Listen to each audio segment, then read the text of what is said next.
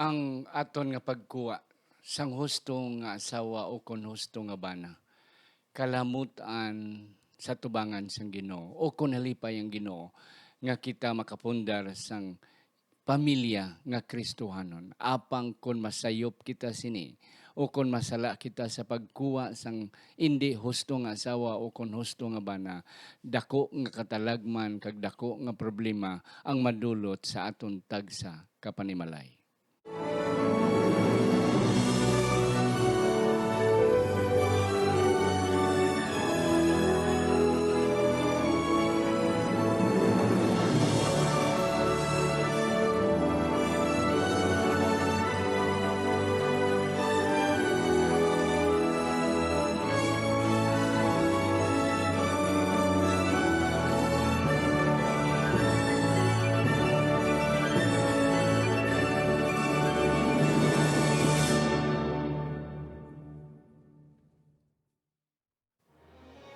Ang pagtuon subong ang semanal nga pag-usisa, pagtuon o kon pag-review, pagbusisi o kon pagsiding sa atong leksyon sa eskwela sa Batika.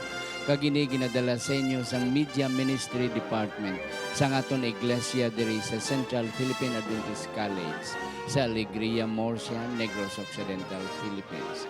Ako si Pastor Luisito Tomado, ang inyong masunsong nga host. Kag sa siningation, ako nagapasalamat nga akon upod ang isa sang aton mga batikan nga mga professor sa School of Theology diri sa Central Philippine Adventist College. Siya ang in charge sa New Testament Studies kag New Testament Languages. Wala sang iban si Pastor Frances Doroy. Pastor, mayong adlaw sa inyo.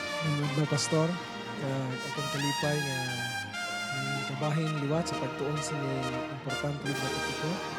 Kag ako man ginatamiyaw ang akong viewers. Salamat sa inyong padayon nga sunod sa atong programa.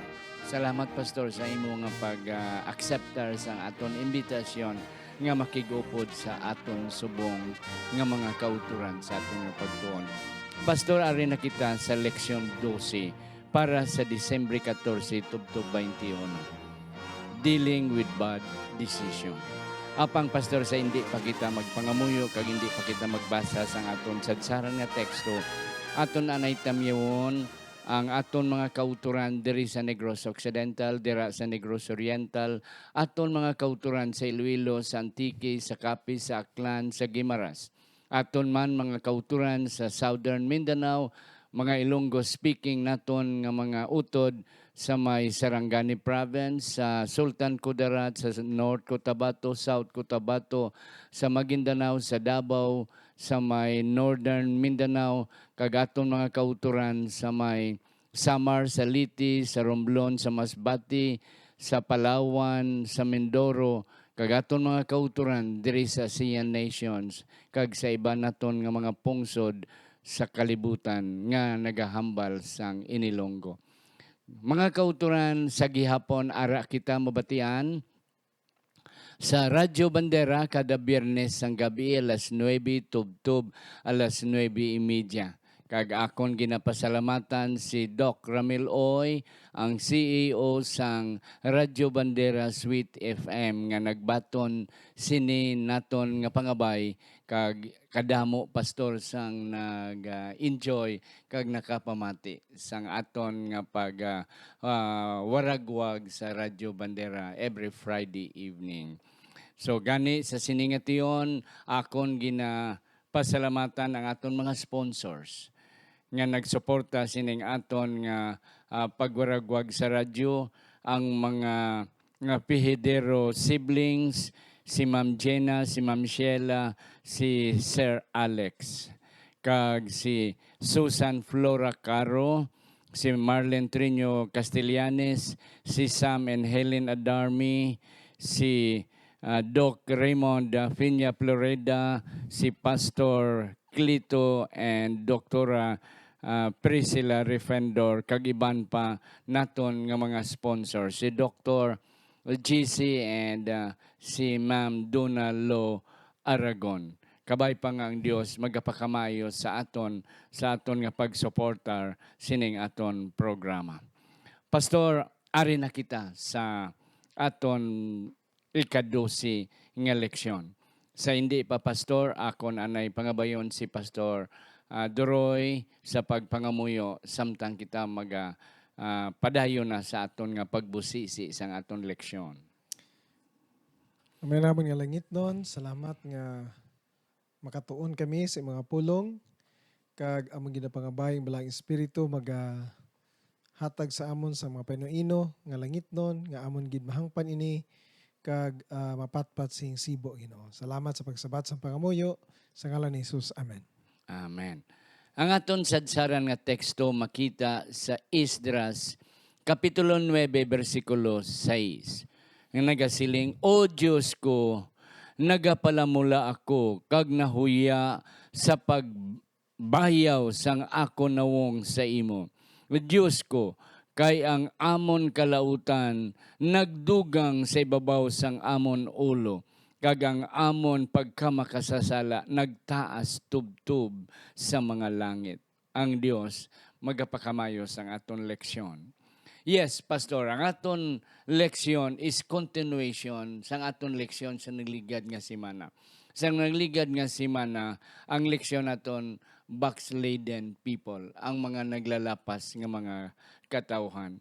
May tatlo dito, Pastor, ka mga major reasons nga nagbackslide sila. Number one is ang ilang pagpangasawa, pagpamana sa hindi mga tumulo, or sa English, intermarriages.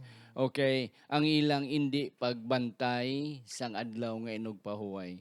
Kag ang number 3, ang ila hindi pagsuporta sa buluhaton sa templo.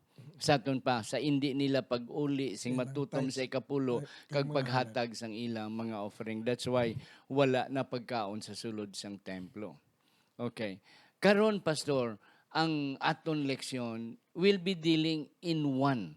Out of these 3, ang mulang gidya, ang sentro, ang intermarriage. Oo.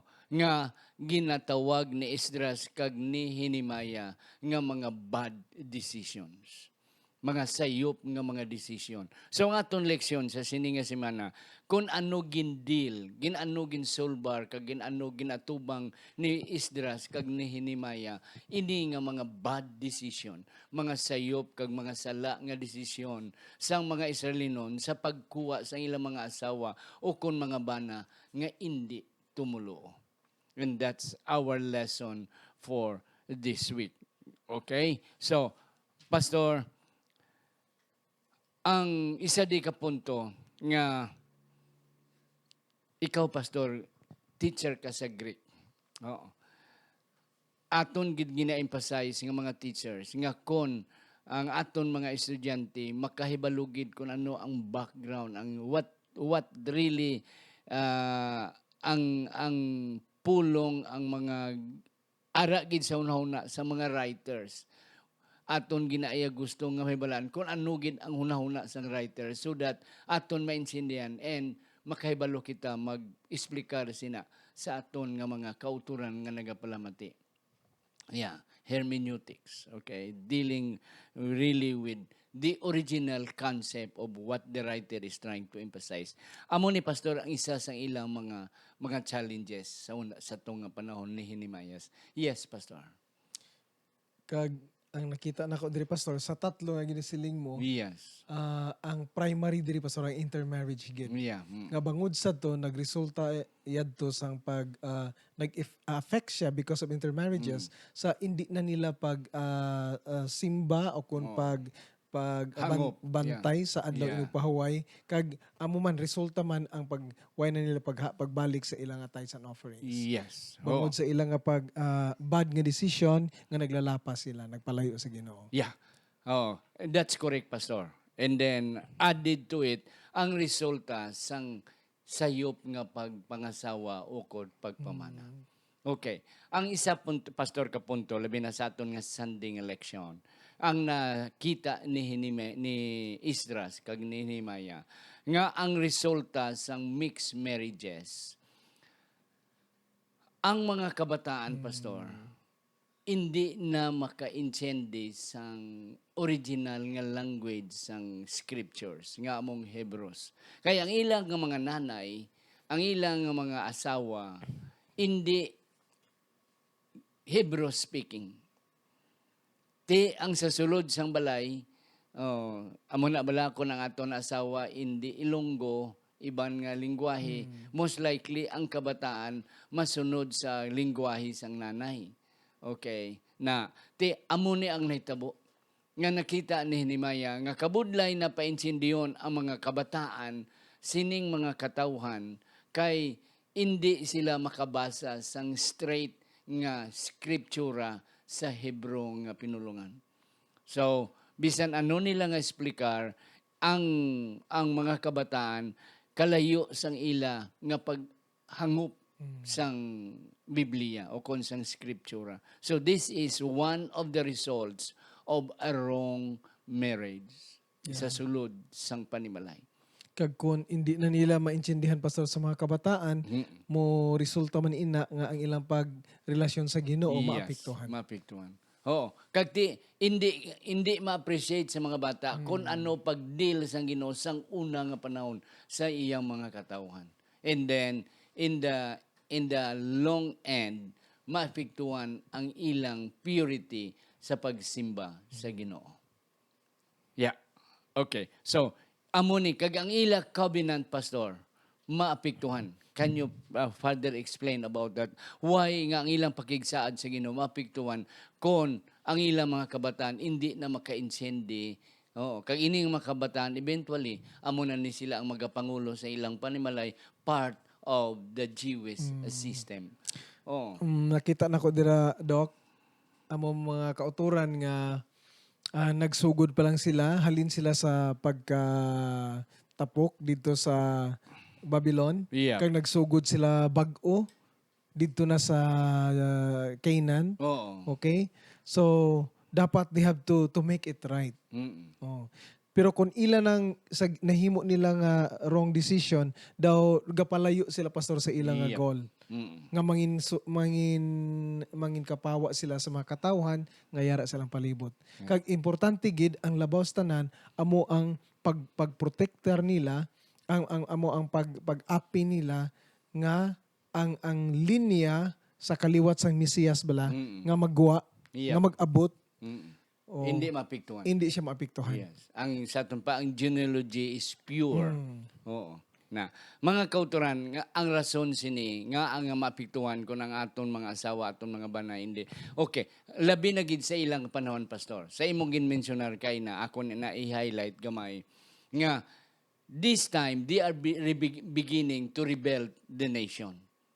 Kay ti ang nasyon nga Israel na captives mo, nadula gid ang nasyon sang Israel. Now gintugutan sila through the guidance of the Holy Spirit, guidance of God, nagbalik sila halin sa kaulipnan. Okay, halin sa Babylonia, pagkadto sa Medo-Persia. And now Nehemiah, si Esdras were given the authority to rebuild the nation of Israel. Kaya ang gusto ni Nehemiah kag ni Esdras nga i-rebuild, mag-start sa rebuilding in a right mood. Sa sakto gid nga pamaagi. Nga ang mga ara didera hindi mga adulterated, hindi mga mixed blood, kundi mga pure gid nga mga Hudiyo, so that ang ilang pakigsaad sa Ginoo ara gyapon kay kun ang adulterated ang mga katawhan dira nagmisklada na hindi na pure ang ilang konsepto kang ilang pagtuo sa pagalagad sa Ginoo. Yeah, insakto pastor. Kag actually this is a violation to the commandment of God in the Torah. Okay. Nga silinggid sa Ginoo nga kun inyo ni pagahimuon nga mag-aasawa kamo sa mga palibot nga mga pungsod, ang ilang mga babae, anak nga babae og lalaki, ang matabo magdala sa inyong makaban palayo halin sa ako. Kag amo ginang natabo pa sa. In fact, that's the reason nga naulipan sila sa captive sila sa Babylon. Number 2, ang nakita na kong punto pastor, ang pag-preserve ni gin-highlight ni mo gayon na pastor. This is not racism. Basi makasiling kita, grabe racist gali sila, di pwede. No, ang punto diri pastor, kun halimbawa ang ang especially at that time kung ang mga Iloy sa ilang mga kabataan hindi na magtumulo ti tudloan na pag ilang mga kabataan pagsimba sa Yeah, mga oo. hindi si matuod nga Oo, Dios. So dako yeah. gini epekto Oh, pastor. kag masiling mga bata, pati ka muna sa tatay mo. Oo. Oo, na. Ti masiling tatay, masimba kita. Ambalon sa mga nanay nga hindi mga Hudiyo, hindi ka mo pati sa tatay niyo. So, isa na, dako gini epekto dako pastor. gini In fact, ara dira ang missiological, di na Yep. sila effective nga mangin Yep. light. Kay ang mga kabataan imbis nga magpadayon sa pagtuo Yeah. sa ilang mga amay, hindi na. Hindi. Kay dito na sa pagsimba sa mga Dios-Dios. So, I think that's very important pastor. Ang training nga ma-receive sa ilang mga kabataan. And that's correct. Oh. So, would really be affected. Nakita na nasidingan na ni Yeah. Himaya. Nakita Kag ni ni Isra, Isras. Nga kung padayonon ini, hindi gini magnami. Kag ang pag-restart nila sang sang nasyon sang Israel, hindi na putli, kag hindi husto. Okay. Ano, Pastor? Si Nehemiah nag-mentionar about Solomon. Anong nakita nimo, Pastor, diri? Nga ang gin-mentionar ni Nehemiah si Solomon as sample sa iyang pagpanawag sa mga katawhan during the time. Yeah, nakita na to pastor nga ginsilinggid no ni Himaya ni Isra ila ginhambal ti lantawan ninyo tong nahitabo kay Solomon ginbalik nila pastor. Ato nahibaluan si Solomon bal-an na gid niya ang ginasiling sang Ginoo kag sa experience sa bisan pa sa iyang amay pastor nga si David sa kadamo nga asawa bala because originally ang plano sa Ginoo sa mga hari sa Israel nga hindi sila magkopya sa mga hari sa mga pungsod palibot nila nga damuon nila ilang mga asawa. Hindi kini siya original nga plano sa Ginoo pero ang tao by every pastor mo kopya kita no. So amo nang ang natabo nga especially kay Solomon nga nagsalig siya bala pastor imbis nga sundo niya ang ginsiling sang Ginoo nga mo ang magapabaskog magapapag-on sa iyang ginharian hindi nagsalig siya sa iyang kaalam nang asawa siya ginpadamo niya ang mga asawa because it's a political move. Agod may influensya siya Ma-maintain niya ang iyang power. Ang iyang power. So ginapang asawa niya ang mga prinsesa sa ano. Ibang nga nasyon. Pero ang problema diri pastor kay dili sila matinuohon. Yeah. Hindi sila mga tumulo. Yeah. So ang natabo pastor, ang idolatry nagsulod bisan pa didto sa Jerusalem. Yeah. Sa gawa sa Jerusalem nagtukod ang mga asawa ni Solomon nga og sang mga Dios-Dios. Nga Dios. Kanami pastor sang punto mo nga ang plano tani ni Solomon, strategy niya nga makontrol niya ang mga nasyon sa palibot niya. Correct, pastor. Wala siya kay balo nga amo gali na ang magaut-ot Correct. sang haligi sang iyang nga nasyon Correct. sang Israel. It is not about the issue of nationalism, Yeah, pastor. yeah. But it is the issue of idolatry. Nga okay tani pero hindi gid ya okay pastor nga damo ang asawa kay hindi na plano sang Ginoo. Okay. Pero siguro pwede pa naton mapasaylo si Solomon kung ang iyang ginpangasawa ang mga Israelinhon man nga mga tumuloo. But insult added to injury, ang iyang ginpangasawa mga hindi pa mga tumuloo. That's why ang mga reliyon sining iyang mga asawa gindala dira sa sulod mismo sang Israel. So, amo na ang ginatawag ko nga insult added to injury. Kag ang siguro diha Doc pastor ang masiling taman nga siguro sa to be fair with Solomon ang iyang hunahuna man siguro pastor nga tungod kay maalam siya madala niya ang iyang mga asawa. Yeah, kag madala niya sa kwarta. Madala Sa niya power. okay. Oo, O pero kung hindi ganito. madala niya sa Ginoo. Pero ang natabo pastor, it's the opposite. So amo man na kung kaisa sa atong mga pamatan-on nga subo nga madala ko ni siya sa Dala ko kamatuoran. na sa kamatuoran. Pero ang resulta pastor is 90% out of 100 instead nga madala nila ang ilang not of the same faith nga mga spouse, sila pastor ang nadala. Kag amo na pastor 90%. ang reality subong pastor. Ining aton mga batan-on sa sulod sang iglesia, mga matutom magamit nimo sa buluhaton sang Ginoo samtang sila mga single pa. Yeah. Pero sa panahon nga sila nagpangasawa na dugay-dugay hindi mo na makita sa sulod sang iglesia. Matuod Kag pastor. hindi na nila nagamit ang ilang mga talento Oo. Na tani bala ang siling ni Mrs. White. Tani bala nga sa kung kita single mga batanon nagamit kita sa iglesia ang aton talento na hatag ta sa iglesia. Tani sa pagpangasawa ta. Masobrahan Mas sobra pag kay doble na mo. Correct. Suportar ng isa ka isa. Pero ang nahitabo mostly kalabanan gid wala na, hindi na nimo magamit, hindi na nagkanta, late na sa pagsimba, and then later on wala nagasimba. It is because ang sayop, ang sala nga pagkuha sang imo asawa o kon sang imo nga bana. And then this is it. Mga utod, hindi pastor nga masiling naton nga sala gid ang pag-ano ni ang pagkuha nimo. Pero ang punto dira nga dangerous kayo. Labi na kung hindi pagid tumuluo ang imo nga kaon. Kay ti to be fair sa mga kauturan nga nagpalangasawa nagpalamana sang hindi tumulo, si Boaz pastor, si Moses ang iyang asawa si Sipora, hindi man to Israelinhon.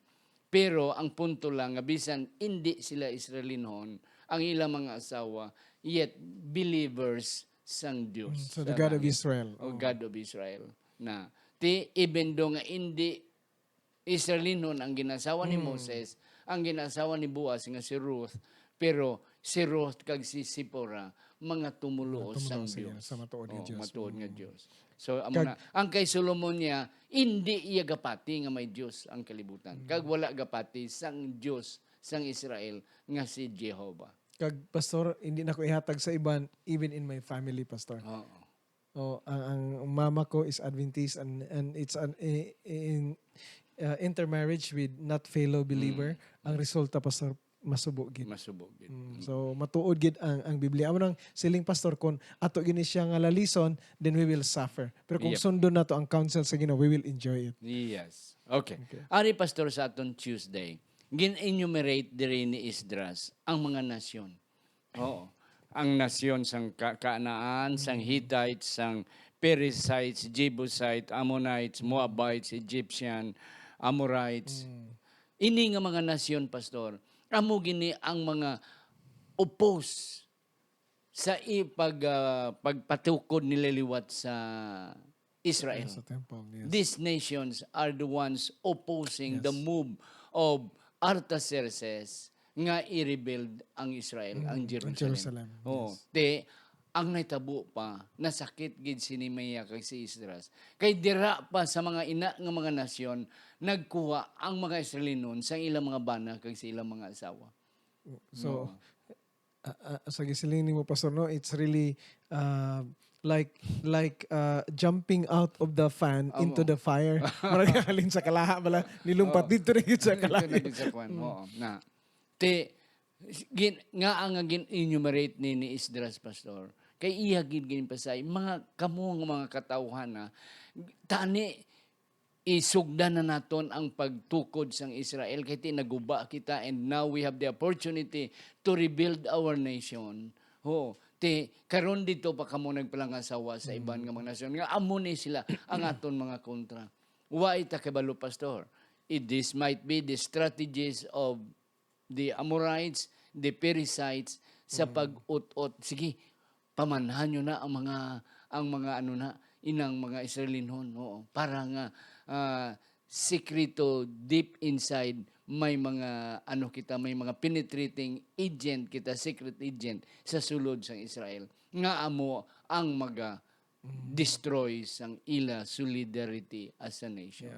Yeah. Kag amo na ang pinaka mas delikado na pastor ang threat nga from within kaysa from outside. Sang outside, and that's correct. Oo. Hindi bala pastor mahapos sa mga bana nga ilasawa hindi tumulo. Masiling alalaki ko ya dala ko ni. No, it's not easy. It is easier said than done. Anong natabo pastor? Kay sa atong leksyon si Esdras kag si Nehemia, ila gid ya pastor gin demanda gin ni Esdras as a leader, as a political leader. Nehemia and Esdras demanded nga you have to return your foreign wives, including your children. So it's a radical action, Yes, pastor. pastor. Na daw di siya tumalagsahon bala. Pero they have to do it for the sake of the future of God's Nehemia and people. Esdras have to do it have to do for it. the sake of Israel. Yes, Yeah. Pastor. Ano ang mga theological o kung mga spiritual ano ni inang implication, Yeah. Pastor? So kung tanaw na to ang Isra Jess, ang siling diha pastor nga ilagid nga i-separate. Yeah. Oh, pero ang punto diri pastor ini nga mga non-Israelite women nga mga non-believers of the true God or no believers at all. Oo. Bisan pa wala na sila siguro ang may iban sa ila nga why na sila nagsimba sa Diyos sa ilang mga sadtoan na ilang mga gods kung di mo sila nagaling nga nation, pero wa man gihapon sila gabaton sa true God of Israel o sa true faith, no? So ang natabo pastor siling ni Israel ni Nehemiah, they have to make a radical choice nga ilagid nga i-separate ilang kaugalingon. Oo. Bisan pa upod sa ilang mga kabataan, no? Yeah, And then ginapapauli kung diin sila. Kundiin sila. That's Kung very amorites, oo. Kag public shame ang ginhimo. Ginpakawian gin ni Esdras kag ni Himayas. Publicly, ini ang mga bana nga ang ilang mga asawa hindi tumulo. Pastor, pwede nga kung hindi tumulo, hindi tumulo, pero nagsunod na sa reliyon sang Israel, kag nagpati na sang monotheistic principle. Wala sila na upo diri, Oo. pastor. Hindi sila maupo diri. Pero kung hindi gid sila yung magpati sa reliyon sang Israel, papulion sila. gid sila. Yeah. Oo. And then the worst diri pastor sa siling insult to injury is that ang nag-una-una sini pastor, ang naghimo sini amo pa atong mga leaders, The leaders. nga ginbilin sa tuanin ni Nehemiah. Nehemiah. Oo. Nga sila gid balatani mag-set na sa ehemplo, ang gihimo pa nila pastor it's the opposite. Oo. Nga Sila ilang, ang mga para leaders. sa ilang family nagpalangasawa sa mga hindi Israel kay hindi mga tumulo. Na. So, mga kauturan ang punto diri nga grabe ang ginhimo ni Nehemiah. Oh, gin-exercise sa gid ang iyang political power. Oh, for the sake of Nehemiah. For the sake of the nation of Israel. Nga matukod liwat sa sakto nga pagtukod. Pastor, may gimensionar ka kina about sa messianic line. Ano na, Pastor? Can you please elaborate a little bit? Because the messianic promise, especially the Messiah King, gin-promise gini siya sa Ginoo kay David, pastor. Amo nang the son of David. Yeah. No, kay gin-promise gini siya sa Ginoo nga from the Davidic line mugwa ang Messiah King. Messiah. Actually, hindi lang siya king, pastor. Ang Messiah would also be a priest. So can you imagine, pastor, kung tanan nga mga pabayan lang to ni Nehemiah, anong matabo na karon? Yeah. So anong matabo? So not only nga ma-affected ang direct line of the Messiah, but the whole country, but the whole nation of Israel would be unprepared. Hindi na sila ready for that kingdom of the Messiah that will come. Yes. Kaya nga na-neutralize na sila, naging useless na sila paagi sa intermarriage. And this is very, very serious because it's within the family. Yeah. Oo. So, may tendency nga hindi magguwa dira, maglusot dira ang saad nga Misayas. Oo. Kaya hindi na pure, hindi na siya putli. Oh, so in that's Not only genetically, pastor, nga sa dugo, but especially sa faith. Sa ato nang namit lang gaina. Yeah. Sa ato Okay. nang nasiling gaina. Balik kita, pastor, sa punto nga ginpapauli gini ni Himaya. Ang mga hindi magpati sa reliyon sang Israel. Okay. Sa aton subong, pastor, wala kita divorce. Pero may ara kita annulment kag legal separation. Yes. Ang isa sa mga grounds, pastor, hindi man ko abogado, hindi man ikaw abogado, pero may nabalaan kita. Nga isa sa mga grounds of annulment is that when marriage is wrong at the beginning, kung hindi husto sa pagsugod ang kaminyoon, that is one of the good grounds of annulment of marriage. So, before na solemnize, pastor, ara na ang ground. Ara ng ground. Like for example, defective na ang marriage. Defective na. Like ang for example, ang ilang partnership is defective na. Yeah. Ang common na nabatian ko, pastor, like for example, siling sa mga teacher sa una, kung buntis ang babae with the man other than his husband. Yeah. Okay. So, ano na karon? Nakasal sila. Pero nabuntis na ang ano. Oo. So it's null and void. Yeah. So, So, amo man na diri pastor nga amo ang man ni. ginapapauli ni Oo. ni Nehemiah, Nehemiah ang atong mga asawa. ang mga wives of the intermarriage union bangod nga in the eyes of Ezra and Nehemiah, especially ni Ezra pastor, Yes. ang yadto nga mga pag-asawahay invalid na siya. Yeah. Null and void na At siya. the beginning, already, Yeah. null and void na invalid That na is siya. the legal Yeah. according to the Torah as well as the theological Yeah, reason. okay. Oh. Kay kontra man gid siya pastor sa it is really a violation of God's command in the Torah. So that's why ginapapauli niya. Especially nga ang mga wives nag-insist gid pastor sa ilang idolatry Yeah. nga wala pagbat. Nga hindi sila Hindi sila magbaton. magbaton sa And that's kamatuoran. correct. Kanami sinang punto, Pastor. Ang aton time is short. Pastor, ano ang laygay sa aton subong nga kapanahonan about sa marriage, sa kaminyon, pilaygay ni Apostol Pablo? Yeah. Ang natabo to pastor, it's a one time Di one time. and then today A good sample. Yeah. A good lesson.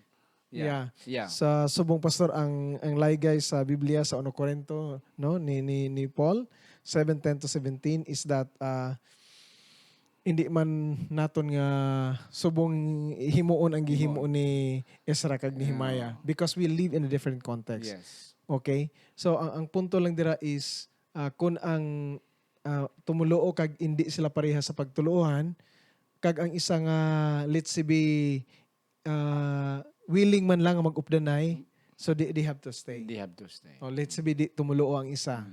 Oo. Pero kung willing man lang siya, then they have to stay. Kaya ilang mga kabataan na blessing pastor bangod sa tumulo nga spouse. Though it is very challenging, Pastor, nga ang asawa naton subong atong mga bana hindi tumulo. But Paul tried to emphasize to us nga kung wala lang man sala ang aton asawa o kun bana legally, and there is no need of divorce. Oo. Pero kung hindi gid sila yung magsunod sa aton, it is very challenging sa aton nga mga asawa o kun sa mga bana sa pagpadayon. Oh, but as a good Christian, we have to make a good example sa aton hindi tumulo kag sa hindi naton mga asawa o kung mga bana nga kita mismo amo ang mahimo nga sakto nga suga sining aton mga bana kag mga asawa nga hindi tumulo. Yeah. So good to nga in one way or another before mag-close guro ang provision ini naton nga mga hindi tumulo nga mga pares one day will accept Jesus as their personal Savior. Kadamo sila, Pastor, nga mga istorya. Nga nagpabilin sila nga matuto, ilang mga bana, ilang mga asawa, na in the end, nadala nila. At the beginning, tig-a kayo, pero tigin pakita nila ang tunay nila nga pagka-Adventista, ang tunay nila nga reliyon.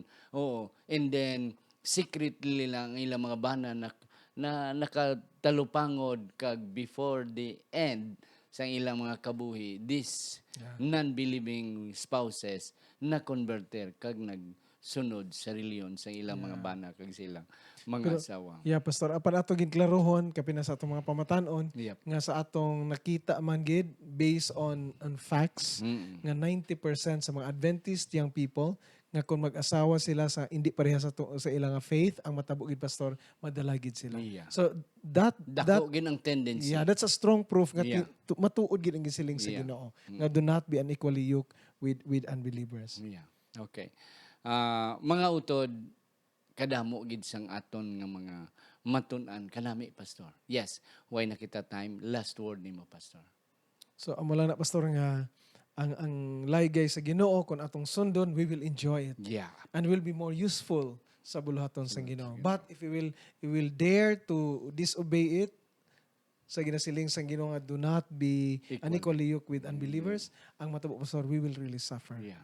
And that's too risky to we cannot put into the line ang aton nga faith, and not to mention the personal pastor but even the children that will come out from that marriage Yeah. or union. Mga utod very challenging kung ang aton mga batan-on magapangasawa magapamana sang hindi mga tumulo, Pastor. But nevertheless, if in case ang aton mga bana sa karon nga panahon hindi mga tumulo, aton mga sawa hindi tumulo, aton ipakita sa ila ang sakto nga prinsipyo, ang katutom kag ang kanami nga batasan agud to nga ini naton nga mga bana kag mga asawa nga hindi tumulo one day will accept Jesus, and the whole family will enjoy with God in that heavenly kingdom. Aton iduko ang aton mga ulo sa pagpangamuyo. Sa sinigid nga tiyon, kami Ginoo nagapasalamat nga imo kami ginpa-intsendi, ginpahangop sining leksyon labi na gid ang pagpangasawa sa mga hindi tumulo, ang pagpamana sang wala nagapati nga may Dios ang kalibutan. Kabay pa nga ini nga leksyon mangin giya namon labi na gid sa amon mga batanon sa pag-alagad nga matutom sa imo tubtob gid sa katapusan. Sa ngalan ni Ginoong Hesus nga amon manunubos. Amen. Amen.